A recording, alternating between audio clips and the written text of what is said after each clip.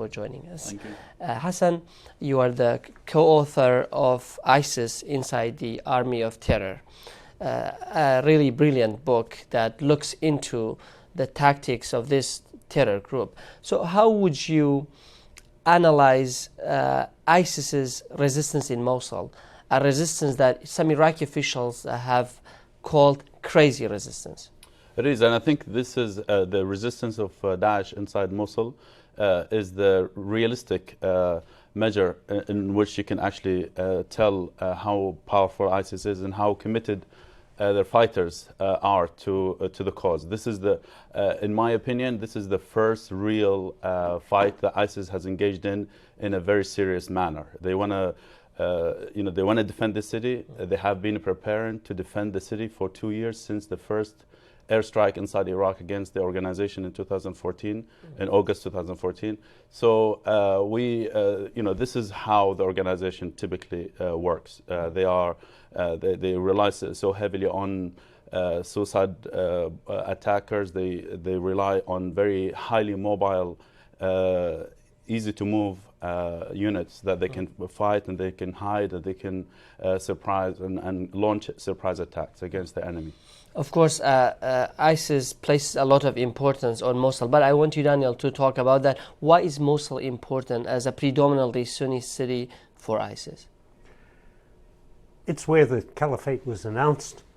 It's a big city that is historically and culturally very important to everybody in that area. It's important to remember it's a very mixed city. It's not only Sunni Arab, it's got lots of other people in it, or it did at one time at least. And that's going to be the big challenge, because as important as the military challenge is, the governance challenge after a victory is even greater, because we're not well equipped for it. The Iraqi government isn't well equipped for it. The Americans can't help very much. The big challenge is governance after victory. Right. Hassan, did the United States expect this sort of resistance from the Islamic State in Mosul? And I would also want you to look at this fight in the context of other fights we've seen from the Islamic State. For example, Manbij in Turkey, where ISIS didn't show as much resistance, or Palmyra in Syria as well, where they apparently voluntarily withdrew. How would you explain Mosul in the context of all the wars ISIS has fought? Absolutely. I think the first fight that ISIS fought to the bitter end was Kobani, in my opinion. In the beginning, they wanted to fight the Syrian Kurds in Kobani, and they resisted very. They kind of attacked the city for a few months. After that, they developed a pattern, a certain pattern, that they should withdraw their fighters from any losing battle. Whenever they see a battle almost decided, they decide to preserve the forces, and they flee. In Kobani, the battle in Kobani burned a lot of their fighters. They sent a lot of people inside Kobani. They got them killed inside in Kobani. And that caused some problems inside ISIS. Some people were saying, why did we have to send so many people inside Kobani and get them killed for something not so important as Kobani? Kobani is a small town near the Turkish border. So after that battle, they developed this pattern. Once they see themselves losing, they just flee, and they've done that consistently for over 2 years. So when the Americans were preparing for Mosul, they prepared for this scenario that ISIS, once they see this momentum, these many forces, thousands, almost 100,000 forces advancing into Mosul, they will choose to flee. That's why they opened some. Are Americans taken by surprise now? I think they are, yeah. They are. And what would be plan B? Let's say ISIS would resist to the last man. Are we going to accept a completely destroyed outcome for Mosul? Something akin Sinjar, Kobani. Will that really be a victory? No, of course not. And I think this is what ISIS wants to do in Mosul. Their tactic is, Look, we are going to lose Mosul at some point in the future, but we're not going to make it easy for the Americans. We're not making it easy for the Iraqis. And more important than that is the current strategy in Mosul is actually good, promising. So if ISIS loses in Mosul, that's bad news for the organization, because that means, look, the Kurds in Iraq, the Shia, the Sunnis, all working together to fight this organization. That worked. That model is not what ISIS wants. So what ISIS is going to do is make sure that the war inside Mosul, the battle inside Mosul takes so long that maybe Shia militias will go inside Mosul, and that will cause problems. So there are some local media reports, Daniel. Our station Rudaw has also reported this. Qasem Soleimani, the leader of the commander of the Al-Quds force, is around Mosul, in the western side of Mosul, leading the Shia militias. This was Abu Mahdi Muhandis. He's a prominent militia leader, told our station that actually Qasem Soleimani is there. Would that be concerning for the United States? Oh yes, I think the role of the Shia militias is a major concern for the United States. They want them to stay out of the center. They want them to be a supporting force, not a leading force. And I'm not absolutely convinced Qasem Soleimani is there till I see his smiling face on Twitter, because he does tend to get himself photographed wherever he goes to the front. But the fact of the matter is that entry of the Shia militias into the center of Mosul could create big problems for the Sunni population of Mosul. Look, this is tough. Nothing is going to be perfect. The Iraqis have done reasonably well at Tikrit, Ramadi, Fallujah, but Mosul is many times more difficult, both militarily and in civilian terms. After victory, organizing governance is an enormous challenge. Daniel, you've served in the U.S. government in the past, and also you were the director of the report known as Baker-Hamilton report. You were the executive director for that report, so you know a lot about Iraq and the complexities of Iraqi politics. Do you, if we talk about Prime Minister Abadi, the U.S. government keeps praising him as being different from Maliki, as having reached out to the Sunni forces. Do you think he has really done enough practically to bridge the divide between the Sunnis and the Shias? Look, he's heavily dependent on the Shia militias, and he makes no bones about that. He's very clear that he regards the Popular Mobilization Forces, the Hashid al-Shabi, as an essential factor. And that, of course, is going to raise concerns on the Sunni side of the political equation. Still, my sense is that Haider al-Abadi is far better than Nouri al-Maliki on sectarian issues. He's far better in reaching out in many different directions to try to make this an all-Iraqi fight, and not just a Shia Arab fight or a Sunni Arab fight or a Kurdish Arab fight. So I think he's doing well, and I think the wisdom of the Americans in getting rid of Nouri al-Maliki, with Iranian cooperation, of course, is standing up pretty well. I can't picture much better than Haider al-Abadi in Iraq today. Prime Minister of Iraq Haider al-Abadi was in Erbil earlier this week to meet Barzani, and the degree of cooperation we are seeing now between the Peshmerga and the Iraqi army is in many ways unprecedented. Correct. Right? And the Haider al-Abadi, this visit to Erbil was really welcomed by Barzani. Do you buy the argument that made by some people that Haider al-Abadi is trying to limit Iran's influence with Barzani by reaching out to Barzani instead of the Maliki faction in Iraqi government? I think, as Daniel said, Abadi is playing a different game from Maliki. He's in Iraq. He doesn't, he doesn't want to follow the same approach of Maliki that's central. They want Baghdad to rule all of Iraq. So he's different from Maliki.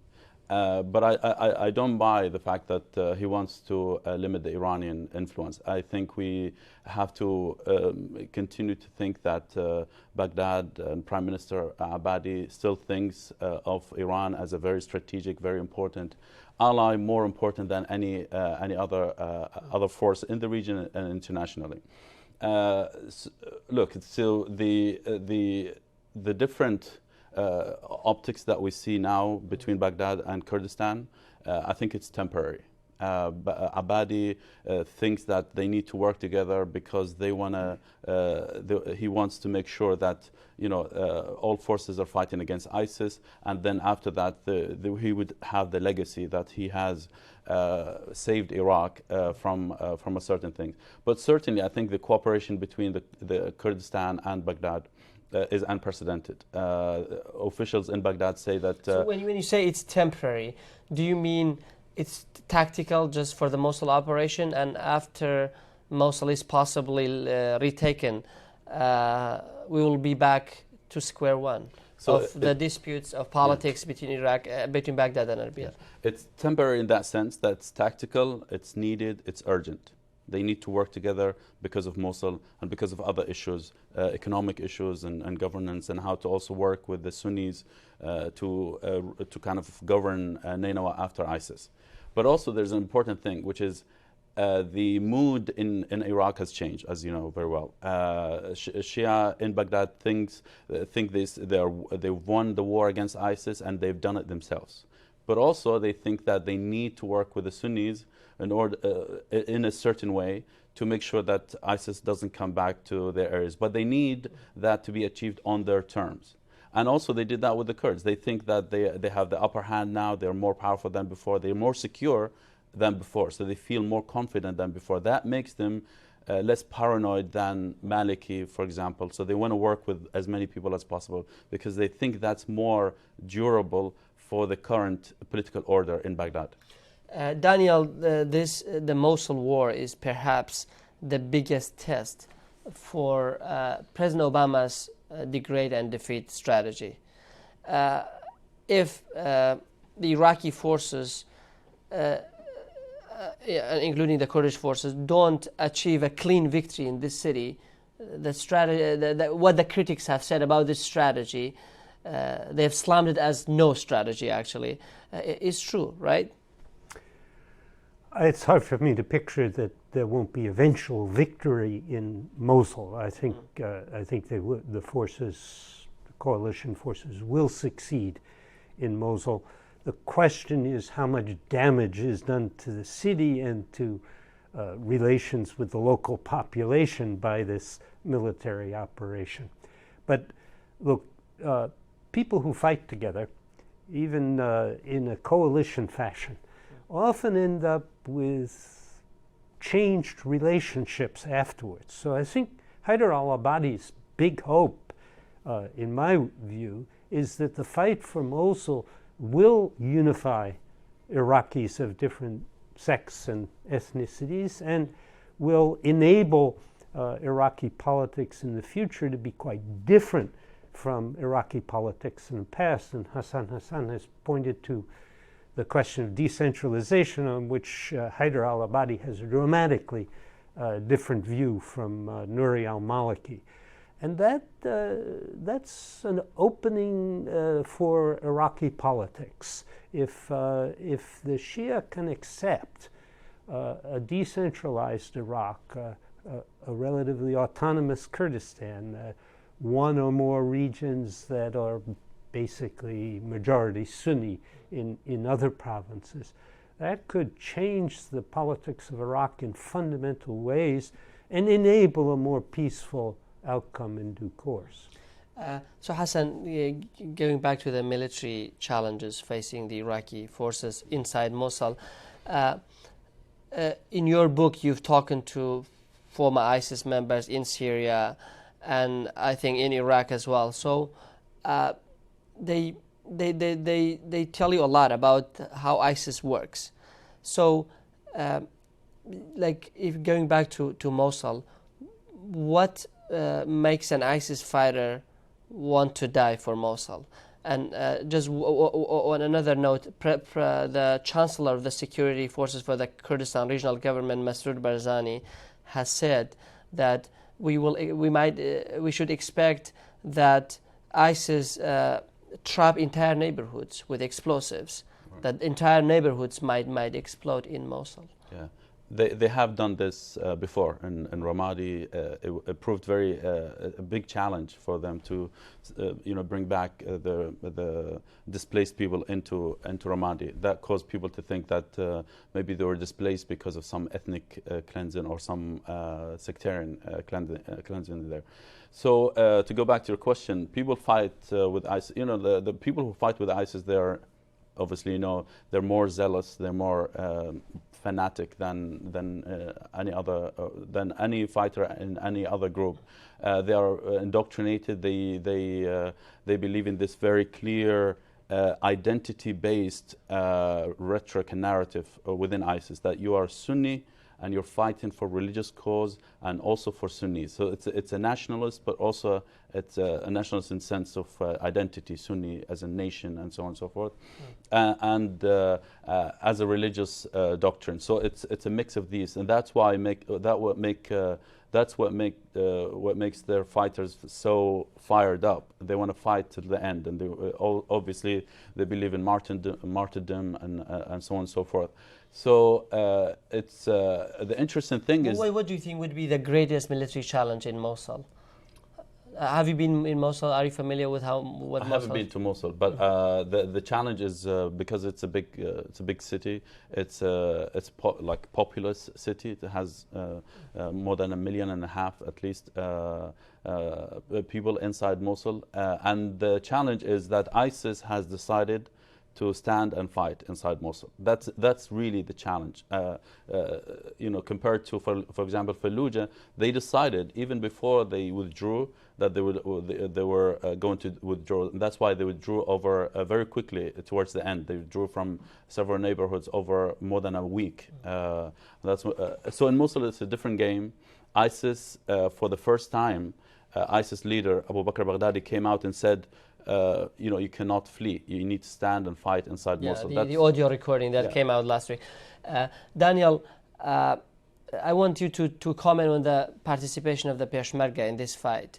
They actually recaptured Bashik, which is to be a town of nearly 200,000 people before ISIS captured it.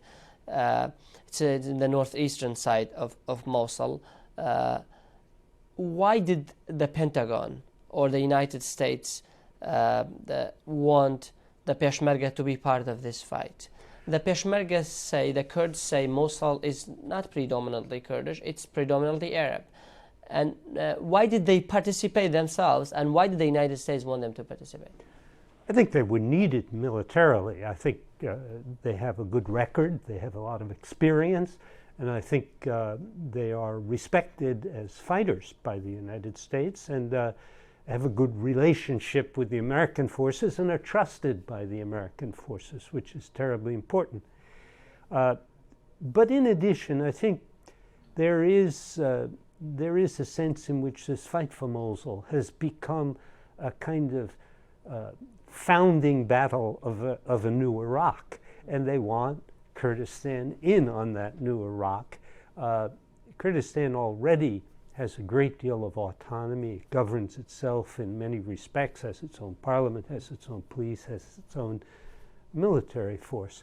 But what the Americans, I think, don't want is for the Middle East to be destabilized by an effort by Kurdistan to declare independence. And much as Kurds will regard the Americans as among their best friends, and the Americans will regard the Kurds as among their best friends, on this issue, I think the Americans are concerned that Kurdistan not take advantage of the current situation to move towards independence. And fighting with the Iraqi forces is part of the game, it seems to me. This is a real fight for Iraq's existence at Mosul. And if it can be successful, the Americans won't be trying to force Kurdistan to accept dictates from Baghdad, but they will be expecting Kurdistan to continue its presence in Iraq. A Kurdish person listening to our program now might ask, would really Middle East be more unstable if the Kurds declare independence? The Middle East already probably at the most unstable level we've ever seen. That's correct. But the Americans aren't only concerned about the Middle East. Middle East is a problem. Talk to the Iranians about how they feel about Kurdistan's independence. They're concerned about Eastern Kurdistan.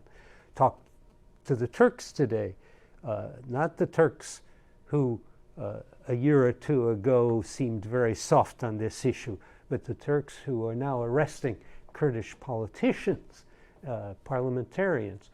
Talk to the Americans about South Ossetia and Abkhazia and Georgia. Talk to them about Transnistria and Moldova. Talk to them about Donbass and Crimea in Ukraine.